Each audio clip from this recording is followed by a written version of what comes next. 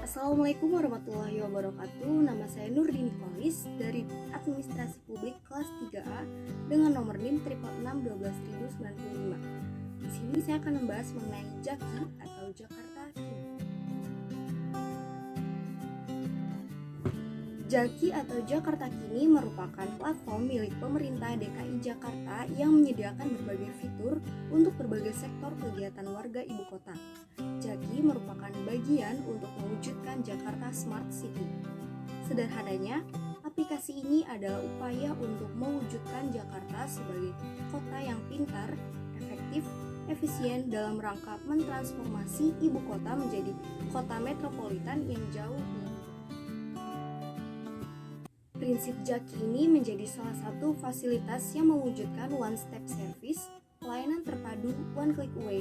Semua fasilitas ada dalam satu genggaman, dan yang terpenting adalah orientasi kepada masyarakat, yakni semua pekerjaan dan kegiatan masyarakat akan dipermudah oleh aplikasi JAKI. Tahap-tahap e-government. Yang pertama ada tahap transaksi, kedua tahap informasi, ketiga tahap metadata, dan yang keempat tahap komunikasi. Yang pertama yaitu tahap transaksi. Dalam aplikasi JAKI terdapat layanan Jack One Mobile, yaitu dompet digital bagi nasabah Bank DKI. Bagi nasabah Bank DKI dapat menyambungkan aplikasi JAKI dengan Jack One Mobile. Dalam fitur ini, nasabah dapat melakukan pembayaran, kirim uang, pembelian, hingga isi ulang Jack One Pay dalam satu aplikasi. Ini merupakan persembahan dari Bank DKI. Selanjutnya tahap informasi. Dalam aplikasi JAKI belum tersedia fake atau frequently asking question, English version, dan juga contact person, selain Java atau Jakarta Virtual Assistant. Namun terdapat banyak sekali informasi yang dapat kita akses dan selalu update setiap harinya, seperti Jak Warta yang berisi berita dan informasi di sekitar kita, Jak Respon, Jak Pangan, Jak Ambulans, dan berbagai informasi lainnya yang bisa kita dapat dari aplikasi JAKI.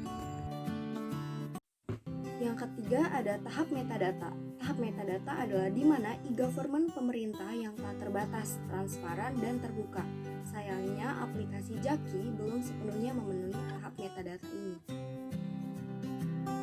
Selanjutnya tahap komunikasi. Pada tahap komunikasi, di aplikasi JAKI disediakan sebuah fitur chatting dengan admin dari aplikasi JAKI yang bernama Jakarta Virtual Assistant atau disebut Java.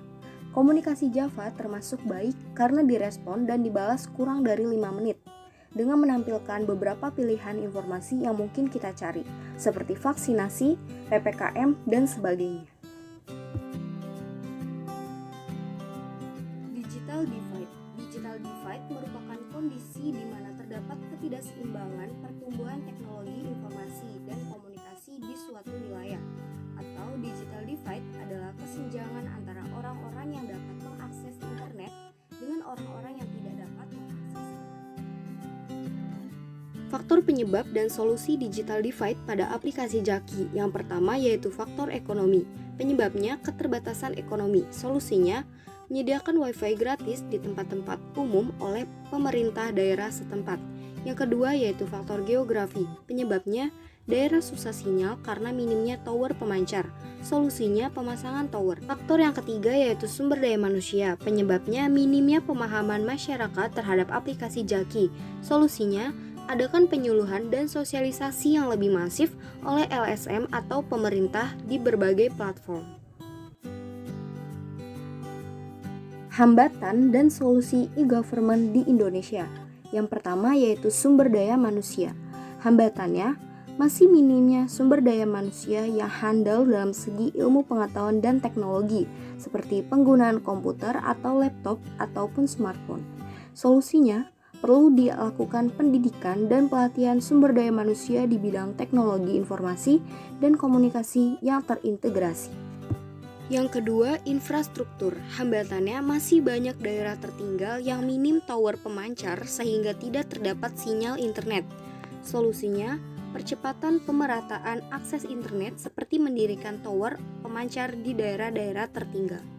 Yang ketiga, budaya organisasi. Hambatannya seperti banyak organisasi yang masih belum mau sepenuhnya menggunakan e-government. Solusinya, merangkul pihak swasta, khususnya provider ITC, dalam bentuk kerjasama terpadu untuk membantu percepatan e-government. Dan yang keempat, ada hukum dan peraturan pemerintah. Hambatannya, masih adanya produk hukum yang menghambat percepatan e-government seperti Pasal Karet UU ITE nomor 19 tahun 2016. Solusinya, pemerintah pusat perlu membuat master plan dan grand strategi e-government yang dituangkan dalam undang-undang atau peraturan pemerintah. Itu saja yang dapat saya sampaikan, kurang lebihnya saya mohon maaf. Wassalamualaikum warahmatullahi wabarakatuh.